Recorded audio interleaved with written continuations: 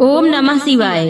प्रिय भक्तजनों, आज मैं आपको भगवान शिव जी की एक कथा का श्रवण करा रही हूँ, जिसके माध्यम से आप जानेंगे रक्षाबंधन का महत्व।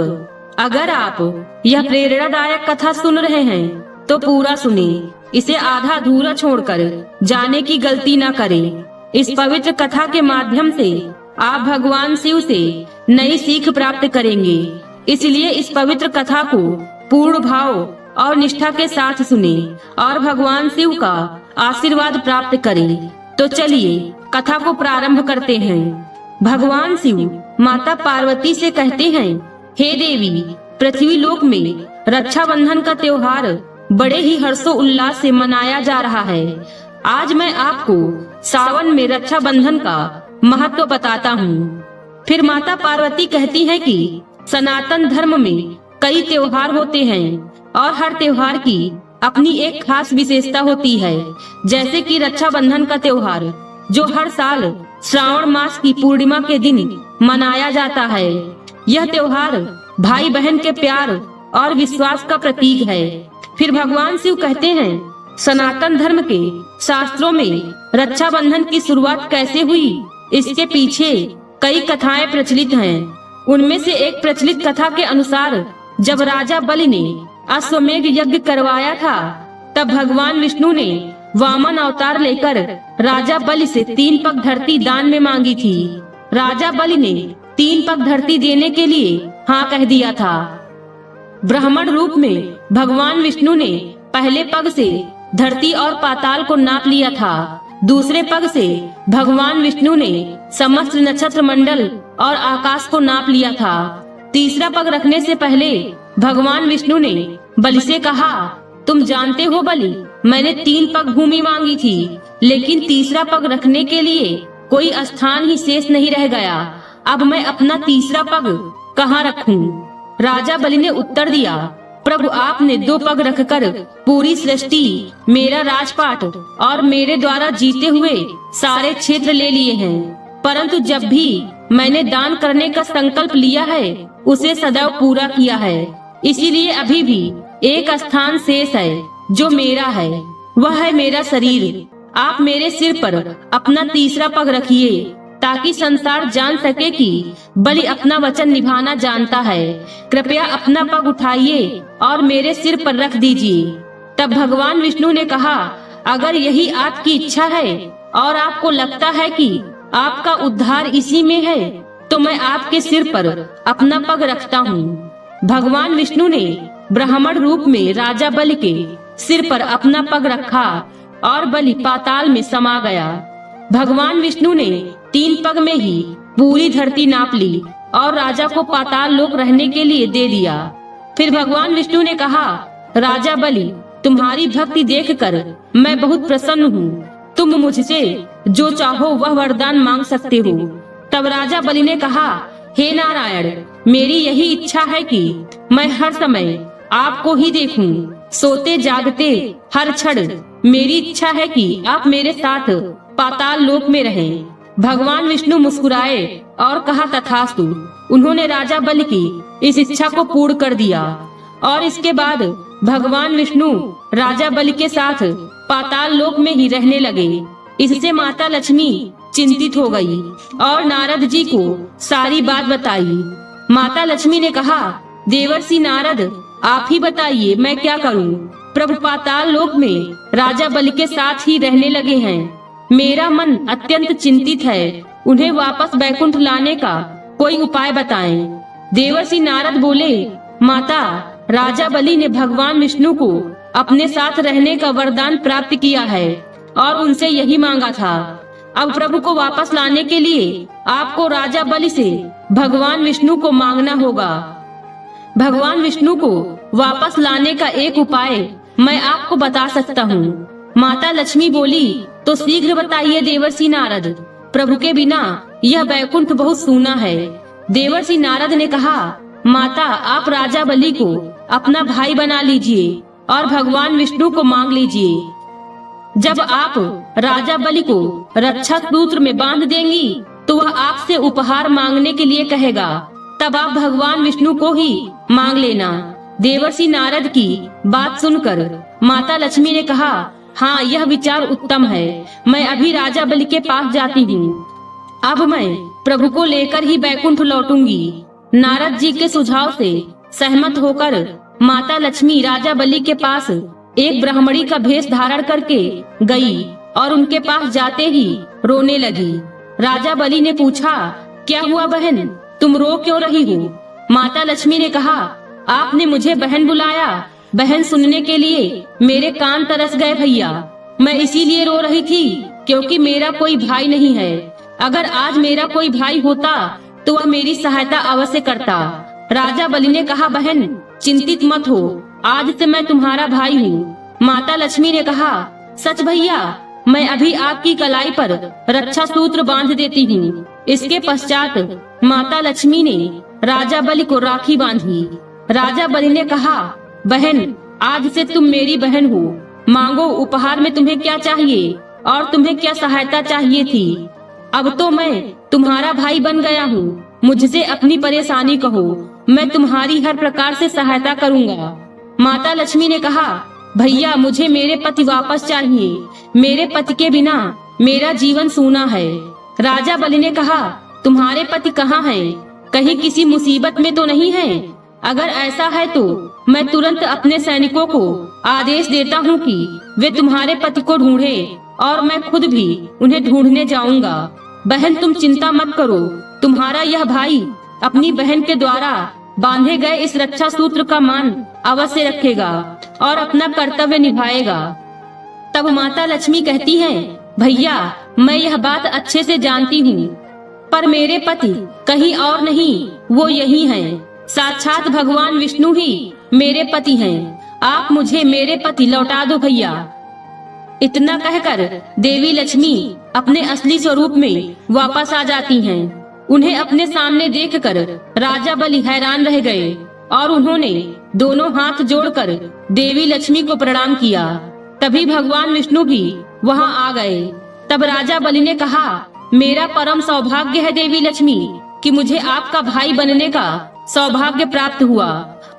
बहन मैं आपकी यह इच्छा अवश्य पूरी करूंगा। आप भगवान विष्णु को अपने साथ ले जाइए। राजा बलि की बात सुनकर भगवान विष्णु और माता लक्ष्मी ने कहा, राजा बलि तुमने भाई का कर्तव्य भली भांति निभाया है। इसीलिए आज श्रावण मास की पूर्णिमा का यह दिन रक्षाबंधन के नाम से जाना जाएगा। यह त्योहार भाई और बहन के अनमोल रिश्ते का प्रतीक होगा।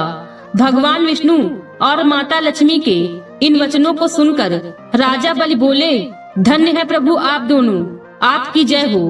अब तो आप दोनों मेरे संबंधी हो गए हैं, तो कुछ दिन और पाताल लोक में रहें, ताकि मैं आप दोनों की सेवा का लाभ उठा सकूं। राजा बलि की बात सुनकर भगवान विष्णु और माता लक्ष्मी मुस्कुराए और रक्षाबंधन से लेकर धनतेरस तक भगवान विष्णु और माता लक्ष्मी पाताल लोक में रहे। फिर वे वापस बैकुंठ लौट आए। इस तरह से देवी लक्ष्मी भगवान विष्णु को फिर से बैकुंठ लोक लेकर लौट आई। तभी से रक्षाबंधन का यह पर्व मनाने की प्रथा शुरू हुई और खूब धूमधाम से रक्षाबंधन का यह त्योहार मनाया जाने लगा। फिर भगवान शिव कहते हैं, हे देवी, सनातन धर्म में एक और कथा है, कृपया इसे भी ध्यान से सुने। श्रीनिवास नाम का एक व्यक्ति हमारे पुत्र गणेश का बहुत बड़ा भक्त था। वह पुत्र गणेश का दिन बुधवार को व्रत रखता था। एक रात जब वह सो रहा था, तब गणेश उसके स्वप्न में आए और बोले, श्रीनिवास तुम और तुम्हारी पत्नी मेरा बुधवार का व्रत सच्चे हृदय से करते हो। मैं चाहता हूँ कि तुम आने वाले बुधवार के दिन एक बालक को अपने घर भोजन के लिए आमंत्रित करके उसे प्रेम पूर्वक भोजन कराओ, जिससे तुम्हारे घर में सुख समृद्धि धन धान्य का वास होगा। श्रीनिवास ने अपनी पत्नी रेवती से कहा। रेवती स्वभाव से बहुत कंजूस थी और कभी भी किसी को दान पुण्य नहीं करती थी। श्रीनिवास की बात सुनकर वह बोली, अजी तुम भी क्या सपनों पर विश्वास करने लगे हो? अगर रोजाना तुम्हारे दान पुण्य का कार्यक्रम ऐसे ही चलता रहा तो जो थोड़ा बहुत घर में है वह भी लुट जाएगा। अपनी पत्नी की बात सुनकर श्रीनिवास कहता है, रेवती एक ही बुधवार की तो बात है, और फिर एक बालक को ही तो भोजन कराना है। एक थाली किसी को भोजन दे भी दिया तो तुम्हारा क्या बिगड़ जाएगा। फिर उसकी पत्नी बोली, ठीक है, बुधवार तो आने दो, देख लेंगे। श्रीनिवास को पता था कि रेवती फिर से इस शुभ कार्य के लिए आनाकानी करेगी, इसीलिए वह उसे दोबारा याद दिलाता है, रेवती कल बुधवार का दिन है, तुम्हें याद है ना, हमें कल किसी एक बच्चे को भगवान गणेश के नाम का भोजन खिलाना है।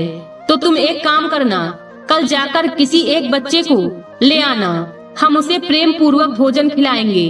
रेवती बोली, हाँ ठीक है। शाम के वक्त मैदान में बच्चे खेल रहे होते हैं, वही जाकर देखती हूँ, किसी एक छोटे बच्चे को कल भोजन के लिए आमंत्रित कर दूंगी। श्रीनिवास बोला, किसी एक बच्चे को ही तो खाना खिलाना है, बच्चा चाहे छोटा हो या बड़ा, मतलब तो खाना खिलाने से ही है। रेवती बोली, यदि मैं बहुत छोटे बच्चे को खाना खिलाऊंगी तो वह खाना कम खाएगा। रेवती की बात भगवान गणेश सुन रहे थे। वह बोले, अच्छा, किसी छोटे बच्चे को भोजन खिलाने के लिए तुम इतना सोच रही हो, फिर तो मुझे लीला रचनी ही होगी। आखिर मेरे नाम का भोजन है तो भला मैं पीछे कैसे रह सकता हूँ, मैं ही तो आमंत्रित हूँ। शाम को जहाँ बच्चे खेलते थे, रेवती वहाँ जाकर सबसे छोटा बच्चा ढूंढने लगती है। तब भगवान गणेश ने विचार किया, अब मुझे एक छोटे बच्चे का रूप ले लेना चाहिए।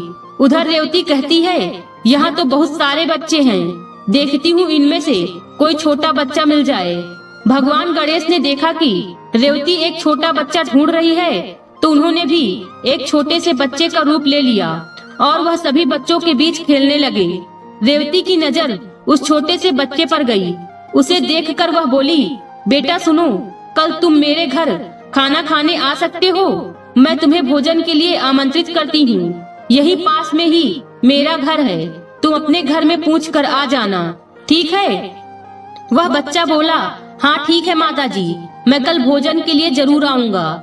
रेवती ने सोचा, चलो अच्छा है, छोटा बच्चा मिल गया, यह थोड़ा सा भोजन ही खाएगा, मेरा काम आसान हो जाएगा। अगले दिन जब भगवान गणेश छोटे से बालक का रूप धरकर रेवती के घर गए, तो रेवती ने उनके सामने 2 पूड़ी, हलवा, थोड़ी सी सब्जी और थोड़ी सी खीर परोस दी। गणेश जी ने तो फटाफट उस भोजन को खा लिया और कहा, माताजी, भोजन तो बहुत ही स्वादिष्ट बना है, पर अभी और भोजन खाने की इच्छा है। ऐसा लग रहा है मैं तो अभी भूखा ही हूँ। बच्चे की बात सुनकर श्रीनिवास बोला, रेवती, रसोई में से जाकर और भोजन ले आओ, लगता है इस बच्चे को भोजन बहुत ही स्वादिष्ट लगा है। छोटे बच्चे तो भगवान का रूप होते हैं, इस बालक को हमारे द्वारा परोसा गया भोजन पसंद आया है, यह हमारे लिए बहुत ही प्रसन्नता की बात है। श्रीनिवास की बात सुनकर रेवती बोली, कोई बात नहीं बेटा, तब तक यह खीर खाओ, मैं और भोजन लाती हूँ। रेवती बालक के सामने भोजन परोसती जाती है और भगवान गणेश बालक के रूप में भोजन को फटाफट खत्म करते जाते हैं। फिर भगवान गणेश कहते हैं, मैं अभी भी भूखा हूँ माताजी, मुझे और भोजन चाहिए। रेवती कुछ भी समझ नहीं पा रही थी। जितना भी भोजन रेवती ने बनाया था, गणेश जी सब खा जाते हैं और फिर बोलते हैं, माताजी, मैं तो अभी भी भूखा हूँ। रेवती को गुस्सा आ जाता है और वह बोलती है, अब तुझे क्या दूं? जितना खाना मैंने बनाया था सब ले आई हूँ, तू तो सारा खाना खाता ही जा रहा है। फिर श्रीनिवास रेवती से कहता है, मुझे तो यह कोई चमत्कारी बालक दिखाई पड़ता है, फिर भी अतिथि तो भगवान का रूप होते हैं, हमें इस बालक की बात माननी ही होगी, जैसा कहता है वैसा ही करना होगा। फिर भगवान गणेश बोले, माताजी, तुम्हारे घर में अभी भोजन खत्म नहीं हुआ है, भंडार घर में मूंग और चावल रखे हैं, घर में दही रखा है, वह सब भी ले आओ। रेवती सोचती है, इस बालक को कैसे पता कि हमारे यहाँ क्या क्या रखा है, कुछ समझ नहीं आ रहा। मुझे तो सचमुच इस बालक पर बहुत गुस्सा आ रहा है, सब कुछ तो इसके आगे रख दिया है, यह तो सब खाता जा रहा है। फिर भगवान गणेश बोले, घर में जो दालें रखी है ना, वो भी ले आओ। रेवती दालें भी लेकर आ जाती है। भगवान गणेश दाल और आटा भी खा जाते हैं। फिर कहते हैं, माताजी, वो सामने रसोई में जो गेहूं की बोरी रखी है ना, वो भी ले आओ। बच्चे की बात सुनकर रेवती सोचती है, यह बालक है या कोई भूत दैत्य जिसे मैं घर में ले आई हूँ। मैं तो इसे छोटा सा बच्चा समझकर लाई थी कि यह कम खाएगा। हे राम, अब मैं क्या करूँ? और इस बालक को भोजन पर क्यों आमंत्रित किया मैंने? उधर श्रीनिवास अपने मन में बोला, प्रभु, मैं जान गया हूँ कि आप इस छोटे से बालक के रूप में रेवती को संदेश देना चाहते हैं, पर रेवती सचमुच घबरा रही है। प्रभु, से क्षमा कीजिए। रेवती रोने लग जाती है और जब उसके घर में अन्न का एक दाना भी नहीं रहता तो गणेश जी प्रकट हो जाते हैं। सामने भगवान गणेश को देख श्रीनिवास अपने हाथ जोड़ लेता है। रेवती भी उस बालक को गणेश जी के रूप में देखकर चौंक जाती है। गणेश जी कहते हैं, माता जी, भोजन खिलाने में कंजूसी क्यों? तुम्हें सिर्फ एक बच्चे को खाना खिलाना था और उसमें भी तुमने सबसे छोटा बच्चा ढूंढने की सोची। इसीलिए मैंने एक बालक के रूप में आकर आपको सबक देना चाहा। कभी भी किसी अतिथि को भोजन के लिए आमंत्रित करो तो अपने सच्चे हृदय से बिना कपट किए प्रेम पूर्वक भोजन परोसो। दान पुण्य आदि करने से घर में सुख समृद्धि, धन वैभव, अन्न आदि के भंडार भरे रहते हैं। भगवान गणेश की बात सुनकर रेवती बोली, प्रभु, मुझे क्षमा कर दीजिए।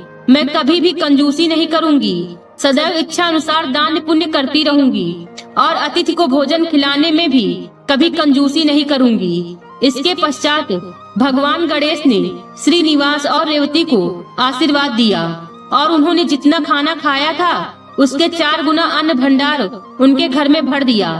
घर से जाते समय भगवान गणेश ने रेवती के घर की जमीन पर एक लात मार दी, जिससे उस पुराने घर की जगह एक सुंदर महल बन गया। श्रीनिवास को अपनी भक्ति का फल मिल गया और रेवती को भी सीख मिल गई। इतना कहकर भगवान शिव इस कथा को समाप्त करते हैं। आज की वीडियो में बस इतना ही। उम्मीद है वीडियो पसंद आई होगी। इस वीडियो में बोलते समय कोई त्रुटि हुई हो तो क्षमा करें। वीडियो पसंद आई हो तो वीडियो को लाइक और शेयर करें और चैनल को सब्सक्राइब कर दें और कमेंट बॉक्स में हर हर महादेव लिखना बिल्कुल न भूलें। मिलते हैं अगले वीडियो में। खुश रहिए और खुशियाँ बांटते रहिए। हर हर महादेव।